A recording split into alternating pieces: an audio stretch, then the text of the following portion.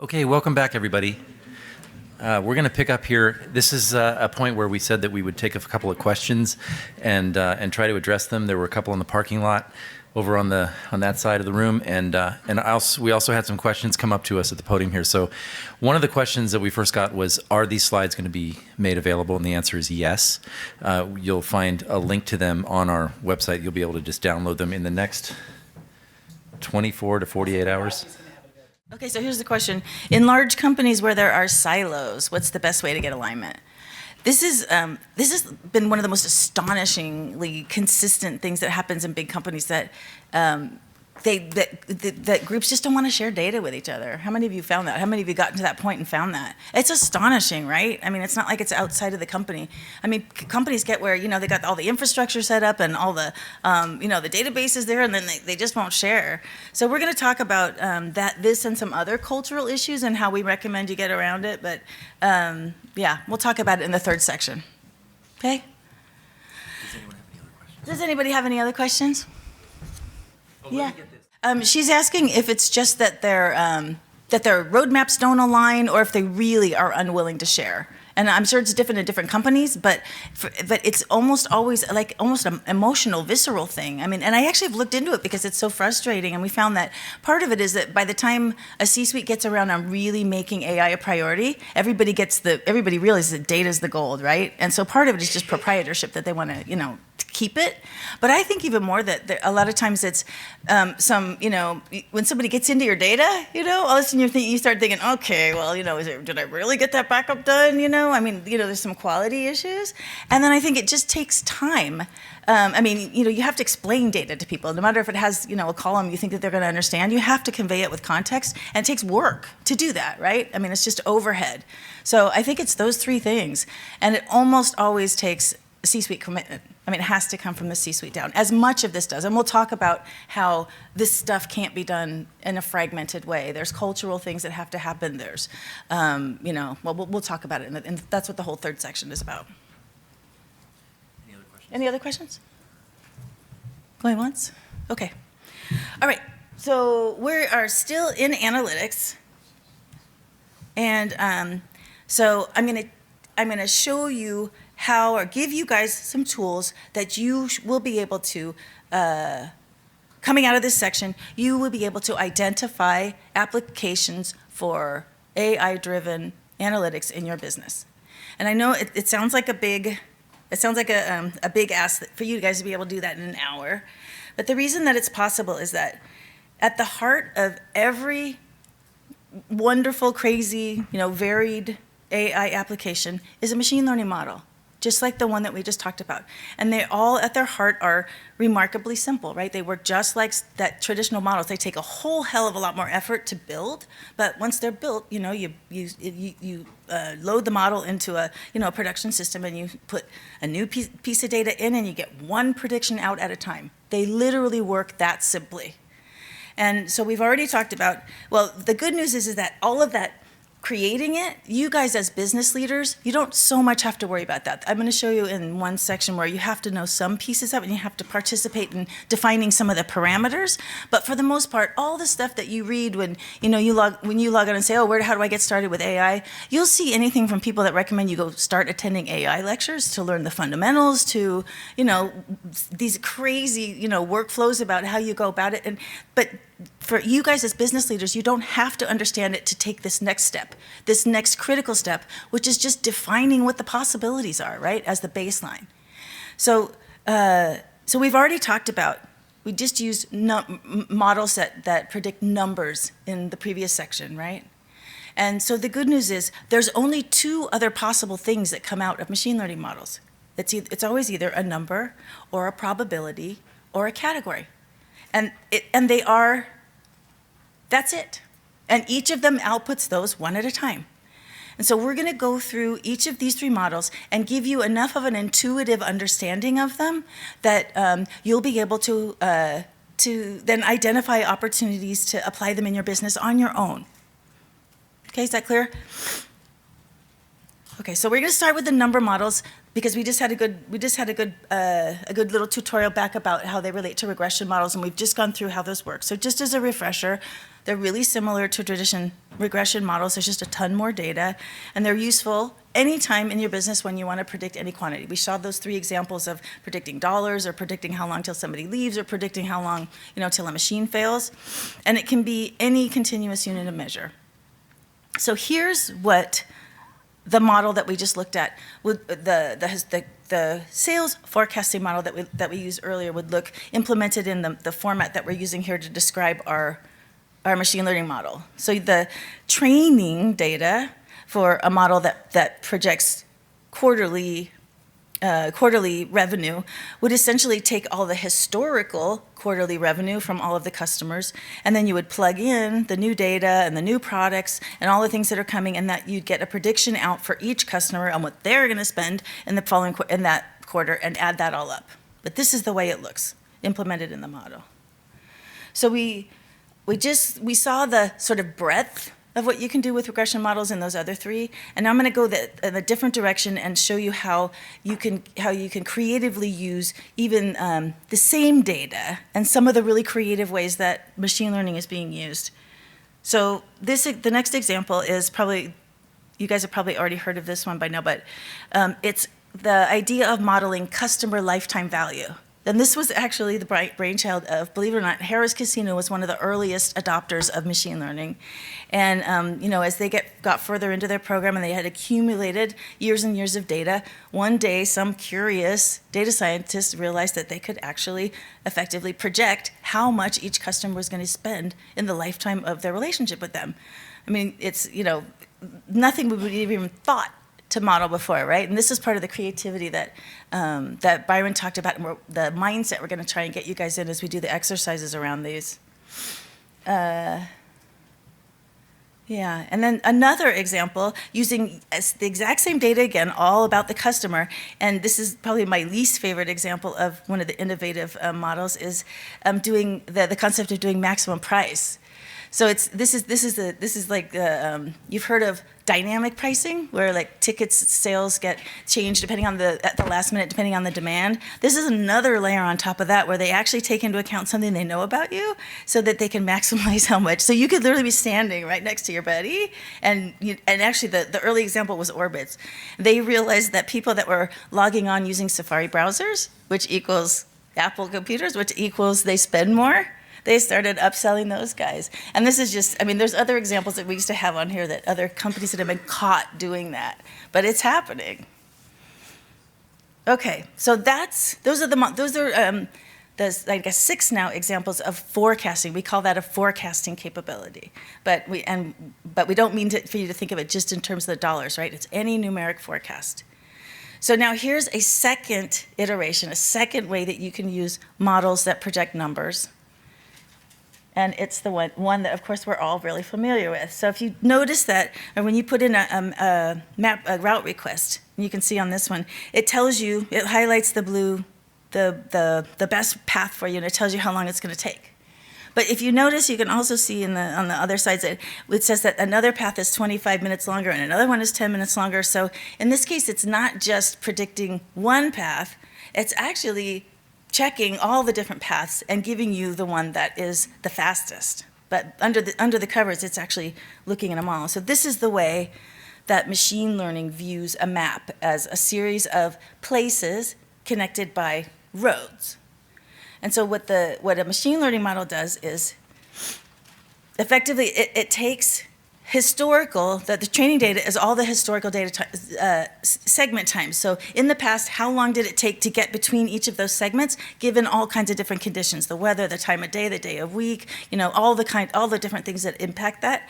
So essentially, the machine learning model maintains this map, and it maintains at the current state however long it takes to get between those 2 segments. And then when somebody logs in, the algorithm goes and checks all the different possible ways to get between A and B and spits out the one that is the shortest. So the effect now of this is that you end up getting something that helps you optimize a workflow, or optimize. The obvious extension into business is doing things like shipping and logistics, but we can also extend it into workflows And we'll give you an example here where, so here's the map, and this is the way that the map interpreted it. Now take that to the next step and imagine that instead of places and roads, now these are stations or stops in a medical office, and it's patients that are moving between these stations. And we're going to show you one of my favorite, will it just go? My favorite data visualization. So what you're about to see is exactly what we just said. It's an optimization algorithm that Athena Health uses, and we're going to see this beautiful data visualization, and you're going to be witnessing in over this 30-second or whatever it is, 10 million transactions that happened in their network system in just these 30 seconds. So have a look.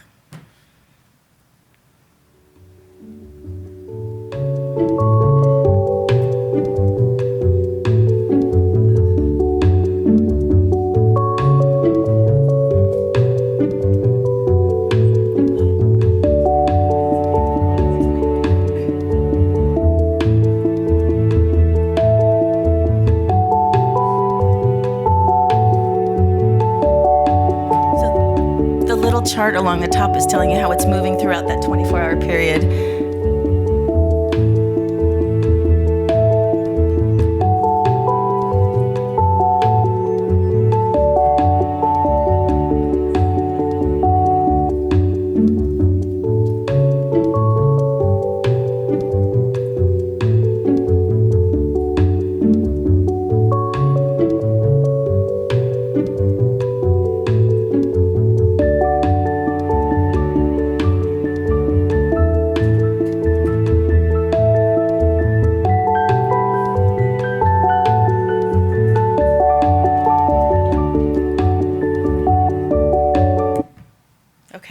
So just to clarify, the way that they used that was the same way that we use Google Maps, that they studied what was the most efficient way to route people through the system as it varied over the day. And it varies, right? I mean, lunchtimes are big and, doctors, I don't know, sleep in or whatever they do. But they figured out what the best way to schedule people through the system is in order to maximize the output. And they have, there's statistics like where they actually sell the system to smaller practices, but they not only get more patients through on any given day, but there's all these other side effects that happen too. The same way that with Google Maps you get there faster, but you also probably save gas and there's some other things. Well, they got more customers through, fewer no-shows, faster payment, all of these other things that happen. And so this applies to anything in your business where there's a workflow. It's even, there are companies that are using it for paper management, so for the way that they handle paper projects, where they study what's the best way to route them at what time, and it can be dynamic. That's the thing I forgot to mention about the personalized pricing, is that the speed that we can do these computations at now opens up a whole new realm of possibilities. You don't have to just figure out one model and stick to it. You can actually have it be a live system where it's making variations and it's making changes on the spot. Is that clear?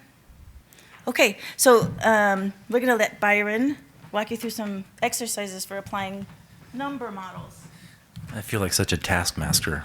Every time you see me, you have work to do. We want to go first just by recapping on the two of the examples that we showed you. We're doing this to kind of get you to look on your worksheet and look at the forecasting examples that we're looking at. We want you to create a forecasting example for your own company.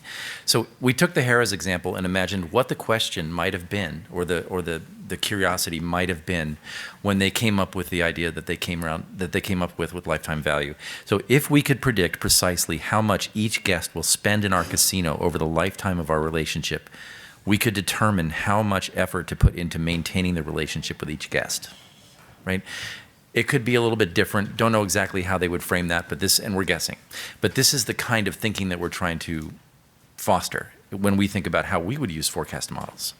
The second one is orbits. If we could predict precisely the maximum amount each customer would spend, we could maximize ticket and package prices. So those are just two examples tied back to the examples that Beth just walked through. Your charge on the page that's about forecasting here, about number models essentially in your packet. If you could, and I want to remind you first. So as we go through these, you're going to wind up with a set of 10 or 11 possibilities, right? And we're going to take those and we're going to pull them back onto your org chart. So you get the start of something, right? So that's the value in doing this. We're also then going to share it out with everybody, right? So or as much as you feel comfortable with, and then you can start to build other things into that model or onto your sheet, depending on what your neighbors are telling you. All right. So our example, if you could predict precisely how much or how many of something at a given moment, you could blank. All right. So try to think about identifying places where you currently rely on estimates and averages to make decisions. And then imagine instead that you have the information you need about each individual. Hopefully that will kind of shift your thinking and what you would be able to do if you could do that, right? So take a moment and walk through that. We're going to leave these examples up there. And again, you'll find examples at the back of that handout for number models if you want to look at those and see what some other forecasting examples that we came up with. All right, we'll give you a few minutes. I'll check in. Thank you. We're going to move on to the next number model example, which is optimization. Here are the examples that we use for Google Maps and Athena Health. If we could identify the fastest way to get from one place to another at a given time, we could save both time and relationships. I know that it would help mine. Athena Health. If we could identify the fastest way to route patients through the clinic at a given time, we could maximize the number of patients seen. Okay? So to put that into context for you, you'll see the blank on this on your worksheet there. This is if you could identify the fastest way to blank, you could blank. And again, think throughout your organization if you want, or focus on the area if you have a particular expertise, focus on that. But think about processes in your business that require moving something from point A to point B with multiple paths to choose from, and then imagine being able to predict the fastest path at any given time. Okay? Here are those examples again. So probability models are commonly referred to as recommenders. You guys will know them as recommenders or recommendation engines. So the general idea is that to predict the probability of an event occurring, often it's a purchase. And these models are most useful when you have two long lists of things that you want to connect. So keep that in mind as we go through when you're doing the exercise. So since we actually did an involved example of the numerical models during the first section, but we haven't done that for probability models. So I'm going to spend a minute going through a probability model and really showing you how it works, because you need to have a kind of an intuitive understanding in order to then take that and apply it in different situations. And this particular type of model has lots of different applications. I think you guys will be surprised. So we're going to use what you probably already recognize as Netflix. So in this case, there's lots and lots of customers, lots and lots of people, and lots of movies. So the question is, how do they decide which movies to offer to which people on the interface in order to maximize their streaming? Okay, so the first step when you do a model like this is to first list out all of the people and all of the whatevers, in this case, all of the movies. And so there's all kinds of data that goes with each of those. So for the people, there's like their demographic, their purchase history, maybe their hobbies, maybe they're even looking at their Facebook or whether they have kids or whatever, all kinds of information about the customers. And then similar with the movies, it has, who the stars are and, the genre, who the actors are, all kinds of details about the movies, okay, going in. So from this point, I'm not going to show all of that data that's going with them, but just know wherever you see the names and the movies, all of that data is being carried with them, okay? All right, so the first step is you take those two lists and you put the list of users along one axis and the movies along the top. It's just a great big table that, we call matrix so that it seems fancy or whatever. So the first step is you put these together and you mark off the movies that each customer has already seen. You just block those off because, in general, people aren't going to watch a movie again. So then now you're left with, okay, how do you decide which movies to offer to these people based on that little information you have? And the answer is you do it based on similarities. And in this case, there's two possible ways for similarities. First, there's movies have similarities between them, and then people can have similarities between them. So you can see in this case that we're saying that if John liked to watch Halloween, chances are he might like to watch The Shining, or better chance of that than The Sound of Music. But if somebody liked The Sound of Music, they probably would like Mary Poppins. And then we're just showing an example here that maybe Robert and John are alike, same age, I don't know, same interests, they've watched the same movie. So if Robert's watched something or liked something, then chances are that John would use it. So you use that kind of reasoning and basically fill in this chart with the probability for every single empty spot. So you have a great big matrix with the probability that each of those people would like each of those movies. And so then the next step is when a user logged in, and we're going to say that John logs in. Now, you can see that since he liked Halloween, you can see that the probability that he is going to like The Shining is 99%. Can you guys see those numbers back there? Is it bright enough? And then similarly, since Robert liked Jaws, we're saying that you can see that the likelihood that John was going to like Jaws is pretty high, right? And so on. And so what happens is when John logs on to the interface, there it is. The algorithm takes the one that it's the most likely to use and puts that first, and then takes the one that's the next likely and puts that second. Okay? So this is the way that that looks in our machine learning model. So in this case, the training data is what has happened historically when customers have been offered or recommended movies. How did they respond? Did they positively respond or did they negatively respond? And so all of that data is used to calculate and maintain those percentages. And similar to the way it was with the Google Maps, it might not be intuitive, but what people watch at different times of day actually changes. Like, in the evening hours when the kids might be up, people will watch one thing, or, if it's raining out. I mean, there's all kinds of stuff that would surprisingly impacts what people watch. So those numbers are constantly changing. New content gets introduced. And so essentially the algorithm is maintaining that table such that at any time when somebody logs in, they get the best recommendation for those specific circumstances. And so here, of course, are three other examples that you guys will all be really familiar with that work really the same. The Amazon's famous, for the product recommendations. The news aggregators, you do this to decide what to offer, what content to offer to each of us, and even dating apps use this in order to decide how to match people together. So we're calling this capability personalization, because you're essentially personalizing whatever the thing is to specific people. So that's the first application of this type of model. So a slightly different use of exactly the same thing would be Salesforce Einstein, which is a lead ranking engine. So in this case, it's customers and potential leads. But this time when somebody logs in and wants to decide what they should focus on, instead of just taking the top one or two and feeding it into an interface, you take the whole row of possibilities and you sort it, and then you serve up essentially a sorted list with the ones that are the most likely at the top. So now instead of getting, the product recommendation engine, you're getting a prioritizing tool. And this can be used by prioritizing, anything in your workplace where there's decisions to make on long lists of things where, you need to be making them based on probability or the likelihood. Okay, so that's the second application. We have personalization, we have prioritization, same exact functionality, just a different way to apply it in your business. And there's a couple more. So now let's say instead of people and products or people and movies, now you have issues, customer issues, and possible responses. So now the contents of the table is the likelihood that each of those responses would resolve the issue. So now what you have is a response recommendation system for things like call centers, or it's a way of capturing expert knowledge and sharing it amongst large groups of people, and potentially people that have no experience at all.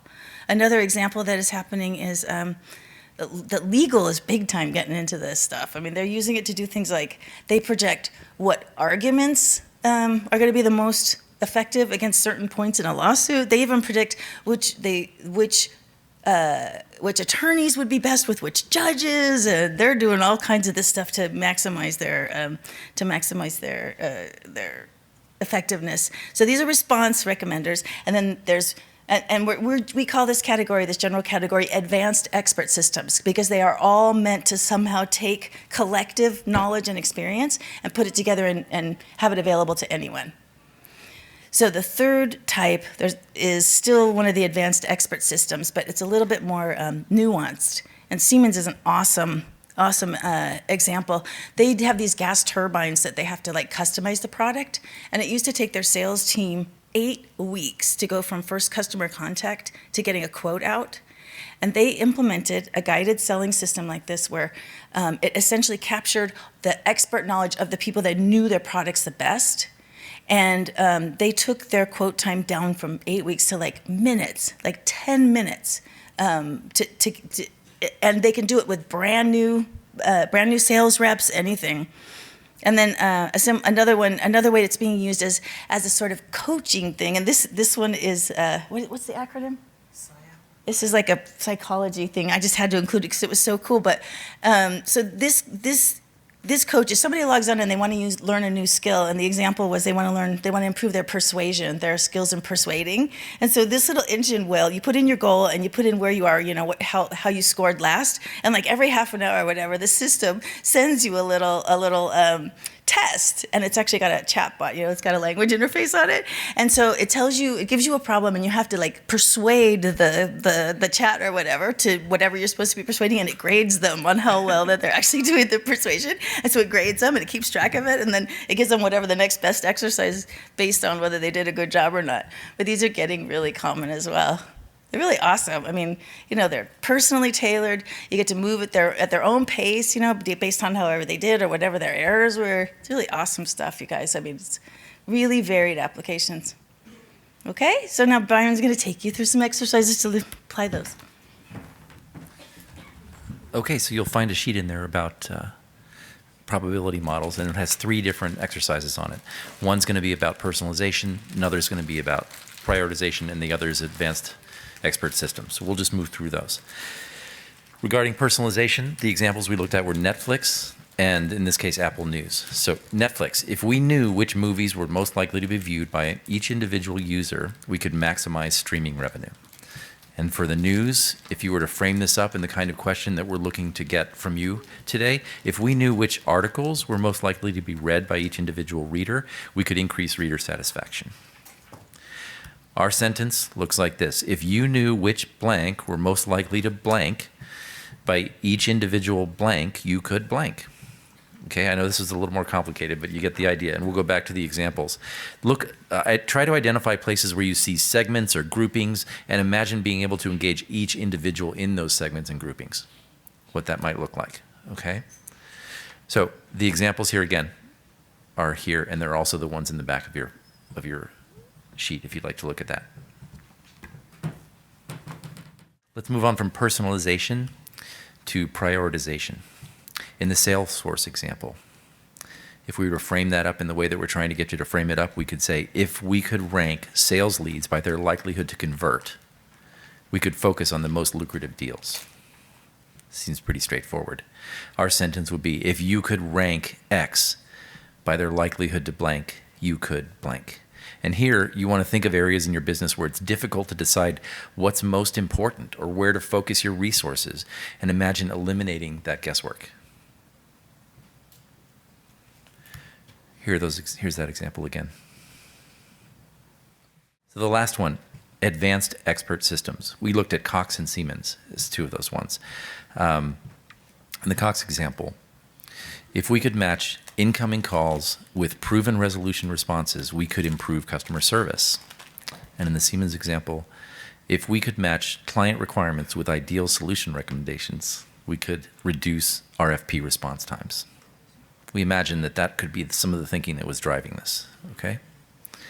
So our sentence is, if you could match blank with blank, you could blank. And here what you want to do is think of opportunities to more effectively and immediately leverage the knowledge base you already have to expedite and improve processes. This could be something that's on site or something that you draw from. Here are those examples. That gets us all the way through probability models. And now we're going to move on to category models, the last of the set that we're going to do these exercises with. So here's Beth. Okay. Last one. So category models are, of course, commonly referred to as classifiers, or most of you will have heard them referred to them as classifiers. So they're, of course, used to classify elements of a population into one of 2 or more categories. There's a binomial ones where there's two categories, two choices, and those are generally used for yes, no, pass, fail type decisions. And then there's multinomial ones where there's more than two choices, and it's used really for categorizing or for selecting among options. So again, we're gonna take one example and go into a little bit more detail to give you a gut level feel for how these work. And also, there's a place in these where managers, business leaders need to make some decisions that actually impact how the model works. So this was one of the earliest commercially successful applications of machine learning, and it is a spam detector. So what you see in front of you is an old spam, an old spam email. And you can take a look through it briefly, but. So the way that you would start to develop a machine learning model to detect spam is first look at example emails, and figure out what are the tells, like what are the things in these emails that are the factors or that impact. So if you look through here, there's all kinds of things like, well, number one, if they're using a public domain instead of a private domain, that's one of the giveaways. Mark, I don't know what the deal is with that. Bolding things, incorrect grammar again, spelling problems, all caps. Those are all things that are telltale signs of spam email. So what you do is, so basically the process of identifying the things that are the tells is called feature engineering, and that's what data scientists do when they're first developing a model, is they have to look in the domain and figure out what are the parameters or what are the things that impact it. So then you take those features, oops, I guess there's more. So this is what it would look like implemented in our machine learning model. So the training example is previous examples of both spam and not spam emails. And basically the features would be how many misspellings were there, how many grammatical errors there would be, whether there were how many instances of all caps, whether the domain was public or not, et cetera. I mean, this is just a few examples, and generally there's hundreds even sometimes of features to get to the kinds of accuracy that we need. So in this case, the way it works is that when a new email comes in, the model actually uses those features to calculate the probability that that new email is spam. So like there's this interim step, and let's say that it was that a new email came in and it was 85% probability. And then the model uses a rule that the manager, sets. Or, this is, and in this case where, you're differentiating emails, it may not be as critical, although you can imagine that customers would be a lot better with getting an occasional spam email than they would be with missing a really important one. So these things have, business decision, or you can imagine if you're doing like diagnosis, of medical conditions or whatever, there's serious business implications that managers need to understand this and know where it is that they have, it's their responsibility to set these limits. So that's an example of a binomial model, and it serves to detect things, right? It's serving to sort things out. So an example of a multinomial detection would be a diagnosis system, like we just said. And this example is one for a dermatologist, where the training examples are previous patients that came in. Let's say they presented with a rash, and it would be, the training examples would be whatever their symptoms were, what their medical history was, and then what they actually had, what they ended up having, what the diagnosis was.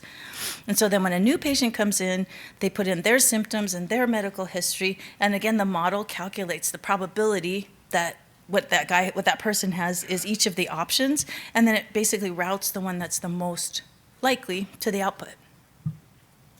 Okay, so the end result is it's selecting among a number of options, but still detecting something in an existing state. So a slightly different application. Again, this is the same with the probability models. These work exactly the same way, but they end up serving a different business function. And this example is one of the more common ones, is a loan application engine. And in this case, the training examples are historical loan outcomes. So it would be all the description about the person that it was lent to, their financial history, what the details of the loan were, and whether it got paid or not. So when a new application comes in, they calculate the probability that that loan would be paid. And again, it uses a rule that managers set to decide whether to approve it or not. And so in this case, it's serving to predict something, right? It's predicting the creditworthiness. Same exact functionality. And in reality, what it's doing, it's detecting tells is what it's really doing, but the business function that ends up serving for you guys is to predict something. Okay? Okay. All right. Quickly, the last exercises we're going to go through with this. On the category side, we're looking at binomial detection first. In the spam example, if we could detect deceptive, distracting, unproductive, annoying, aggravating communication from historical communication data, we could get to the good stuff. Okay? Our sentence would be, if you could detect blank from blank data, you could blank. So look for places where you can make pass-fail type decisions in your current business processes. Okay? The next one, binomial prediction. If we could predict the likelihood that a loan applicant will default on his or her loan from historical loan data, we'd let them have it anyway. No? Actually, we'd hopefully make a decision about whether or not to give them that loan. The question would be, if you could predict blank from blank data, you could blank. So here, look for places where you make yes-no type decisions in the current business process. We are going to now take all of this work that you've been doing for this, developing 10 to 11 possible applications of AI in your business, and we want to get those transferred onto that organizational chart that is in your packet. It's a kind of a large sheet, and the very simple exercise here is just to take a few minutes and move those over. Maybe you circle a particular functional area.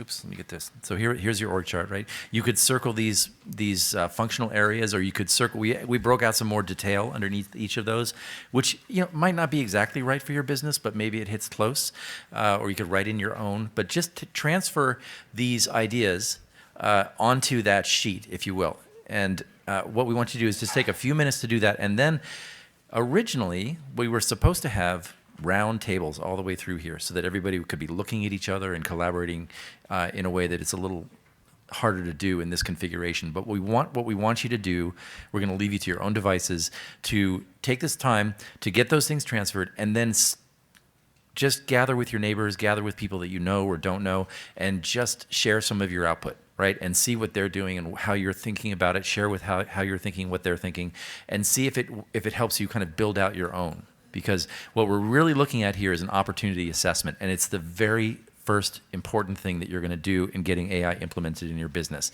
This is a start. It doesn't have to be perfect. It doesn't have to be right. But just to start thinking about this, try to get as much information as you can onto that chart.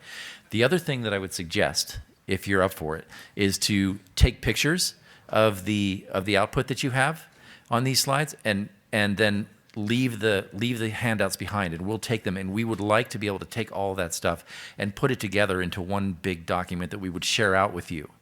We would need to know who you are, how to reach you, so please be sure to leave your cards there, and we'll send this out to everybody that participates or that wants to see it. Okay, so the goal being, get that to be as robust as possible. Start with your own 10 to 11 ideas, and then start to share out. I'm sorry that we don't have the round tables that we asked for, but we're just going to have to make do with what we have. All right? Any questions about this exercise? Okay, we have one question. Check.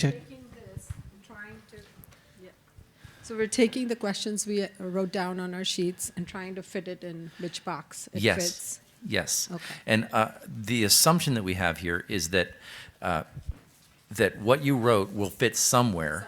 And if it doesn't fit exactly with some of those little subcategories, just make your own. Just kind of do your own there. Yeah, okay? there's room at the bottom where you can add your own.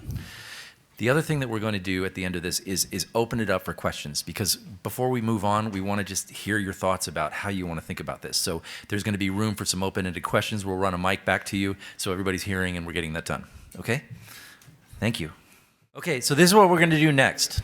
We're at the end of part 2 of our presentation, right? We have one more part to go that gets into the challenges of implementing a lot of this opportunity. And so we want to walk through that process. But we thought that before we did, we would like to ask you if there are questions that you have specifically about this opportunity assessment part. We know that there are a lot of questions. We've been getting a lot of questions about the difficulty of implementing these things. We're going to get into that in part 3. So if there's something in particular that you would like to share or ask or talk about, we'd like to open that up right now before we move on. So please feel free. We have time. We're all good on time. We have a question right here. So Jeremy. So, based on your experience, do you have something to share that is filled out, this kind of chart? Use cases that you could share? We actually have a whole database of applications of enterprise AI. I don't think we have it in that particular format, but we'll share out this one for sure. Okay. Yeah, and we'll certainly share that too. Yeah. Thank you. Sure. Any other questions about the opportunity assessment? Sure, I saw your hand first. On the opportunity assessment, we're going to talk about implementation in part 3. Or something. You had a question? Is there a kind of like a rule of thumb of combining a couple of these ideas, like for example, a category and like a ranking system, where at some point you are combining like 3 or 4 of these ideas to create an experience? You mean so pipelining them? Yeah. Yeah, I mean, almost all applications are actually pipelined in one way or another. Like even, vision models, first they isolate the different things in the picture and then they identify them. So yes, a lot of applications are combinations thereof. And then I saw you had a question too. What I didn't see out here was like a data group is supposed to be an enterprise data and AI group in an organization which will oversee all of these implementations rather than every department making their own stuff. That's what the whole 3rd section is going to be about the difficulties of managing this and making it happen. Okay. You had a question? I hate this poll. Hello. Do you have any kind of a framework for prioritization or kind of ranking, I guess, the return on investment in any of these? Yeah, that's what the very next step is going to be, what you do with this opportunity assessment and how you go through them and do ROI analysis and feasibility and assemble them. That's the very next section. Anyone else?